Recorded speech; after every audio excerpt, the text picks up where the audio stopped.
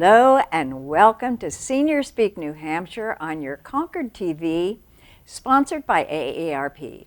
I am Karen Ulmer Dorsch, the producer host of this program and a volunteer for AARP. And I thank you viewers for being with us today.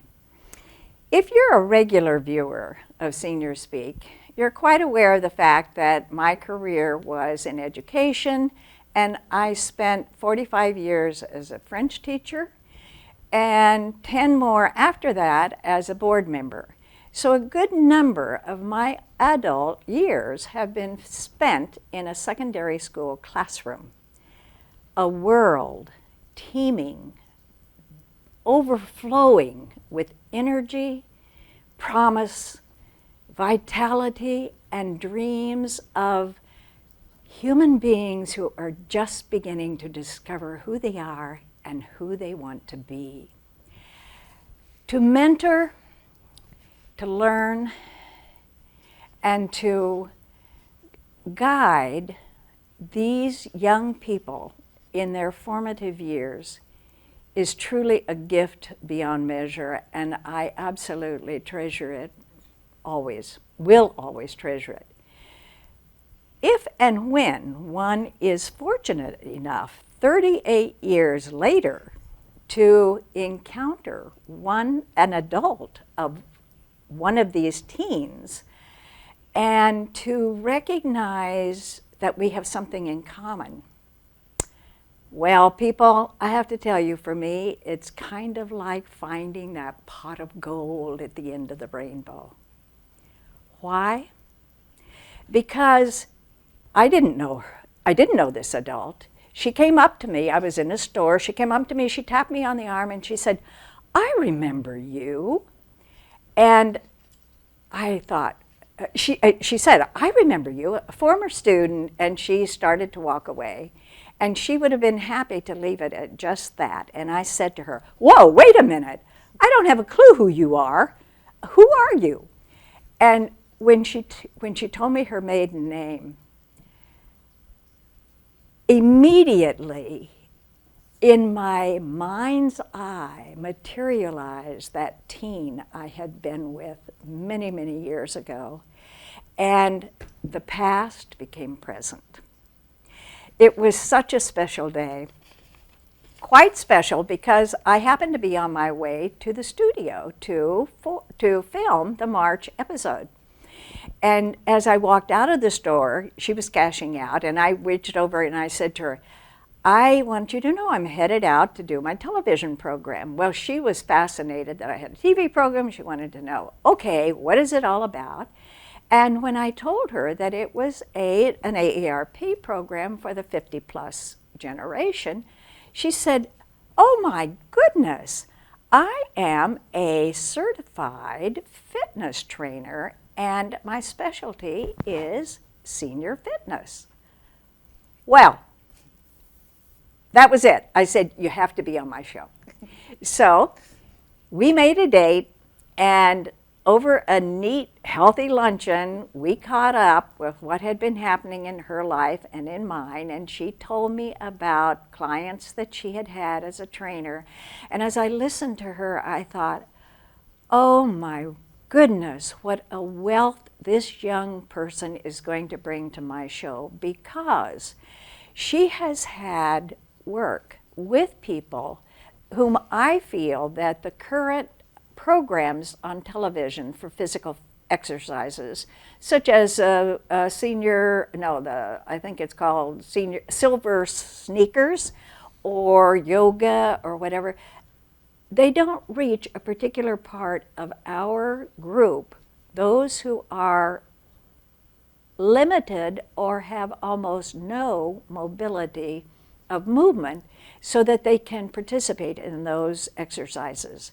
So without further ado, I am just so honored, thrilled, and delighted to present to you Dede Samson, private trainer of senior specialty. So Dede, thank you so much for being with us today, and can you kind of give us a bit of an idea of how you became and why you became interested in this profession of specializing in senior fitness. I can. I have to tell you, it was strictly personal. It was selfish, to say the least. As we start to, raise our families and become empty nesters, and life changes into so many different directions, some that we can't imagine.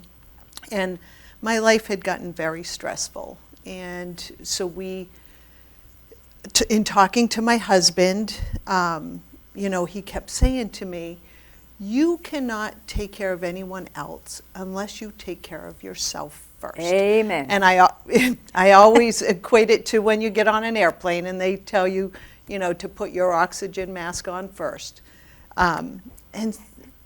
So over a short period of time, I'm like, okay, how can I do this? How can I do it and be consistent and hold myself accountable?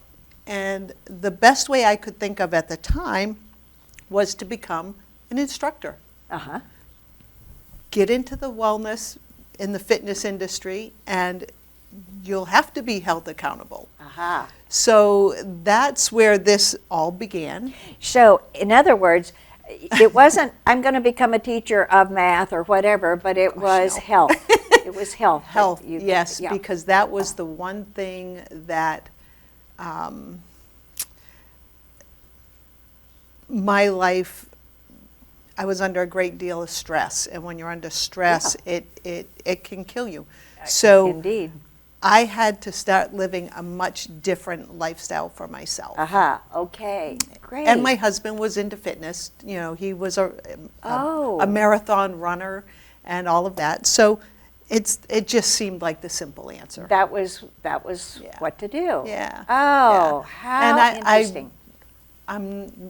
I'm very happy that I went down that road. Well, I'm happy you did too. It's been a great little career, and it's been fun.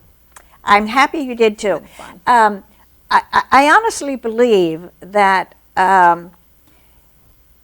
everybody living today knows how extremely important physical exercise is. Mm-hmm.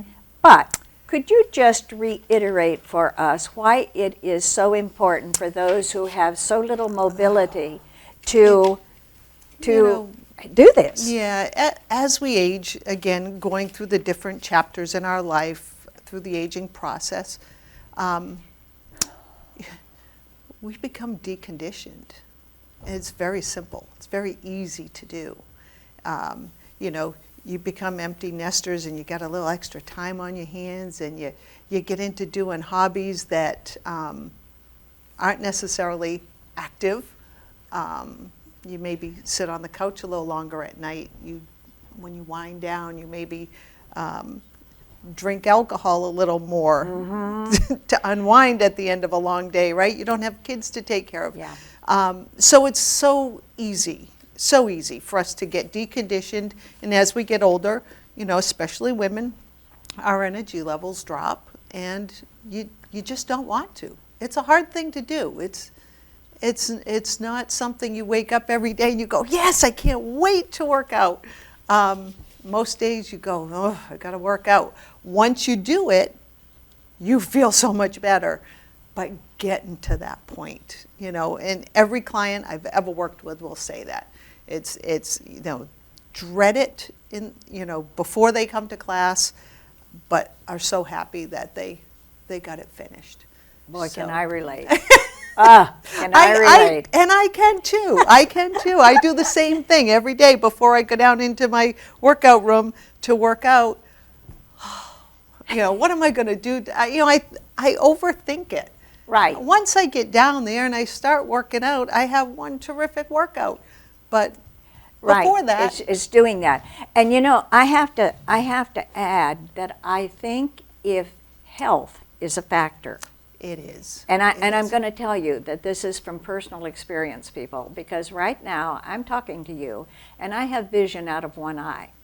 And that's because I have macular degeneration, and whatever happened with the last visit I had at the doctor's, things aren't going well.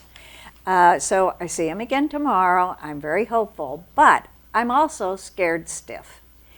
And because what I have could lead to blindness in that eye. And so once I heard that, every thought, working out, no, I wasn't going to my workout. The diet that I was on, I wasn't doing.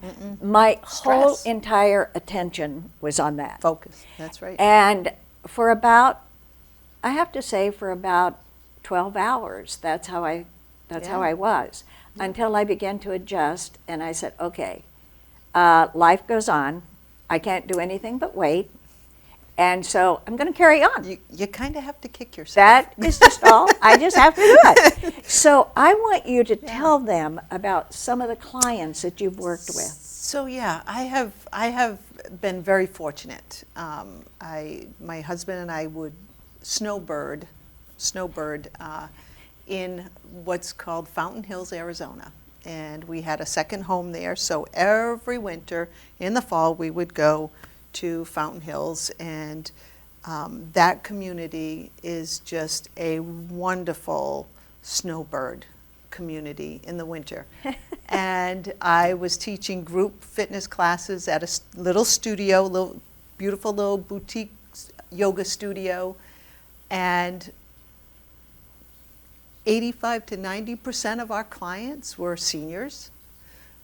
So as I got training them, and we would lose clients along the way. It would be like, oh, what happened to so-and-so? Where's so-and-so been? And then you find out that person can't get out any longer, can't get to the studio. They have developed a disease that they can't leave the house anymore. I mean, this happens. And it happens to the most physically fit, best people I know. So, I said, I'm going to get my recertification in senior fitness and become a specialist and learn how to work with those clients. And in doing so, that opened a lot of doors for me. I would go into people's homes. I would go into nursing facilities, nursing homes, assisted living, and work with clients. A lot of people out there just wanted to keep fit. Right. They did not like losing that I'm sure strength. And and their families were on board, and they would make it happen. They would get us in there, and so we had a lot of fun doing that over the years. Yeah. That's great. And these people are I mean, what we learned from them. Oh my gosh, we're there to teach them and to train them, but the education they gave us was tenfold. Isn't that the way it is? It's wonderful. That's what is so wonderful about intergeneration connections. It's awesome. And I'm sorry, I think we've lost a lot of that. I don't know. I don't know if we have or not. I Good. mean, part of me says yes, we have. But the other part of me, I don't know. I don't know that we have. I think it's still I hope there. You're right. We see a little less of it, but I think it's going on.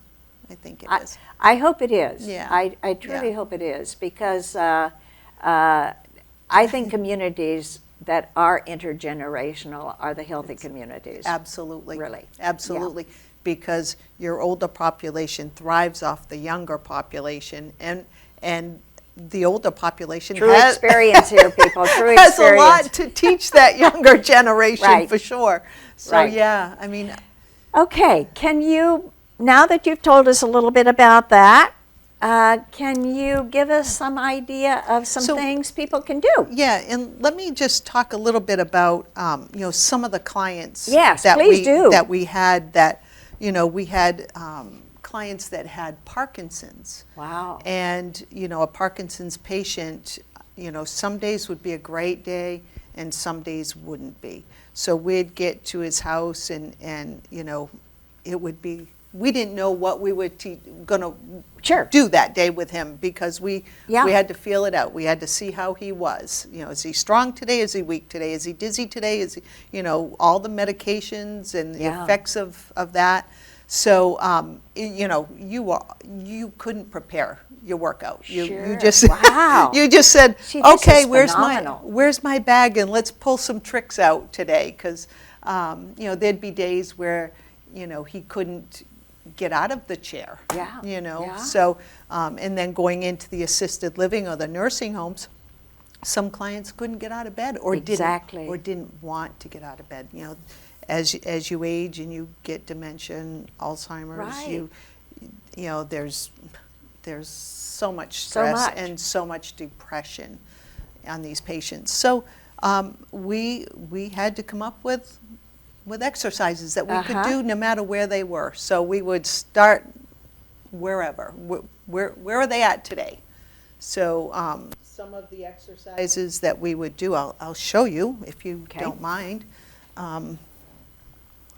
So we would, you know, if they were in a recliner, we'd have them sit up at the end of his seat, and just some days it was just simple toe taps. Just ever so slightly, just to get his legs moving. You know, again, these patients get very deconditioned, so Sure. you know, sometimes that's all they can do.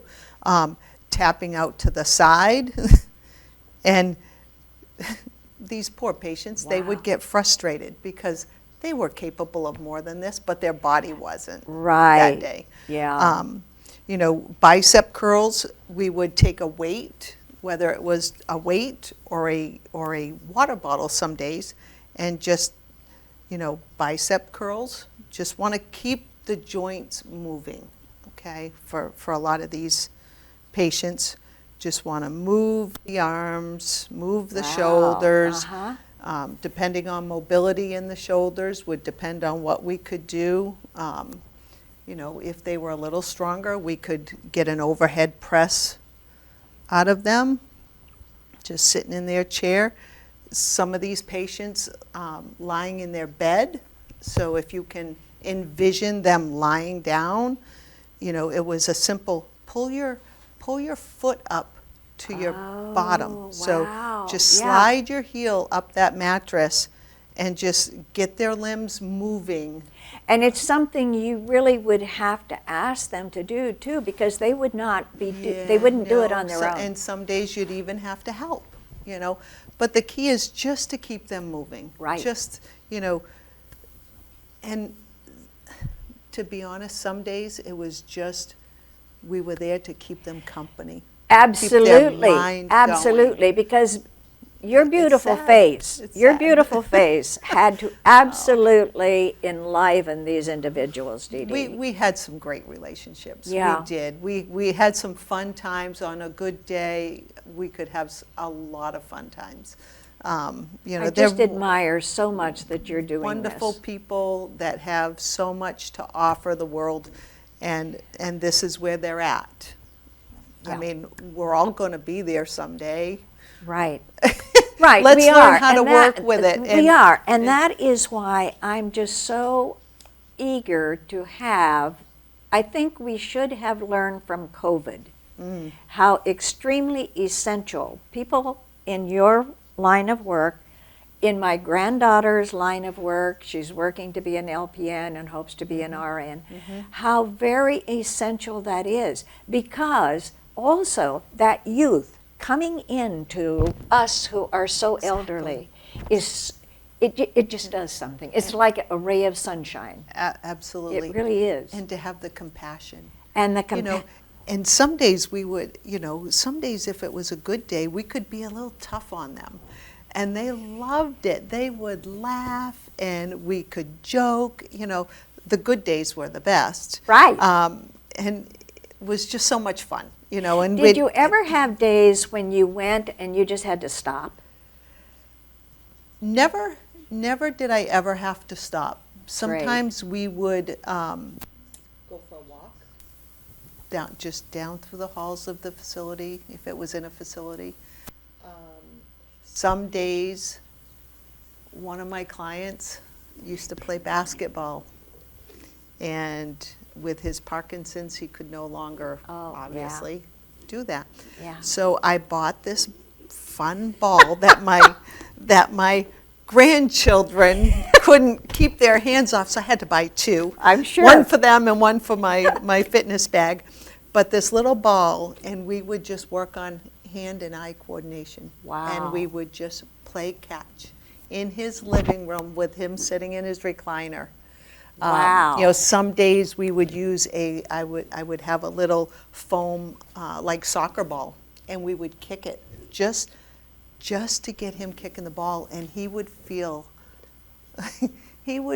so good and silly. Yeah. And we would laugh, and he would be like, "How did I get here?" Yeah, throw that to me, because with my And eye problem today, Yeah. I wasn't sure I was Yeah. going to be able to see it, but actually Yeah. I can. See? And how great. Yeah. Woo-hoo! And isn't it? It is fun. It's like It a is wonderful fun. little It's ball. absolutely So marvelous. if you've got somebody at home that can't be very active, this is fun, and this yeah. will get them laughing, and you'll all laugh because you just it's a great little tool. It seems so silly, and my grandkids, of course, they ruined theirs, and so when they see this come out like they did the other day, don't touch that. That's right, 'cause you right. can't find and them I'm everywhere. sure if you had a pet, you have to be very. I have two dogs. They don't touch And they it. didn't bother? No, Interesting. No, but I mean, I love this. This is my little stress ball. Oh, that's great. Yeah, it's wonderful. But I mean, so if you're a caregiver at home, and you can't afford to bring somebody into your home, do things like this. Get a little kid's like a Nerf soccer ball, and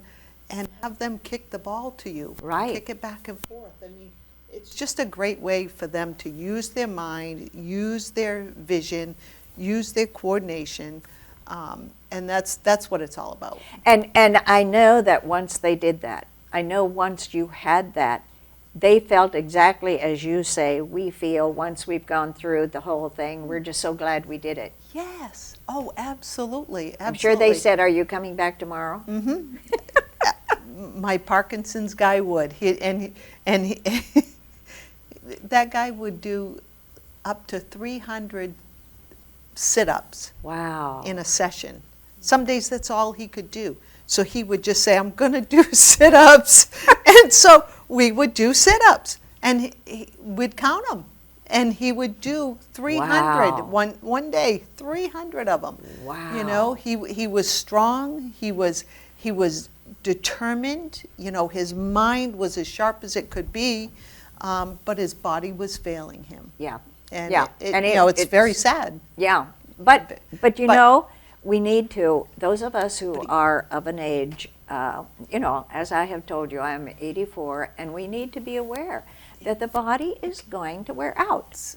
It's simply going to wear out. You're not going to be able to do what you did, but you can do something. But you can do something. You can You're do right. something. You're right. And don't let yourself think that whatever you're doing is silly yeah. and meaningless. Because Right. as long as you're moving, we got to keep moving. Yeah. We have And to. you've got another I little do. thing here. This band, this little resistance band. So it's just stretchy. So they could sit in their chair and just put just a little tension on it. Doesn't have to be much. And you can just lift it up. Wow. Just simple little, you can bring it up over your head. Just, what we want to work on with most clients as you age is flexibility and stability. Balance, coordination, those type of things. And just simple little tools like these. I mean, Yeah. 2-pound weights, this ball, this little band, and just, you could pull it down to each side. Wow. Just simple little things like that. And it will. Amazing. You could put 1 foot to hold the band and just pull that band up Okay. and do bicep Wow. curls with it. So just simple little tools. for people who could walk. The walking, beautiful. Yeah. Uh-huh. Yes. And because balance, were there things they could do for balance? Yep, we would work a lot with clients on simply sitting in a chair, right? Even my younger girls would get this lecture from me as we were in class, and we were doing squats, and as you're squatting, and I would say, go lower, get your bottom down. and they would be like, we can't go lower, and it's like, you have to. So, let's just keep the body moving, sitting and standing in a chair is a simple little exercise. Oh, Dede, I can't thank you enough for being with me today. It's just so wonderful. It is wonderful. It's just so special. And people, I do hope if you have sit-ins or you have people who cannot move very much, that you will share this with them. And thank you for being with us again, viewers. I hope you have learned as much as I have, because boy, I have learned a lot. And until the next time, be good, do good, be one.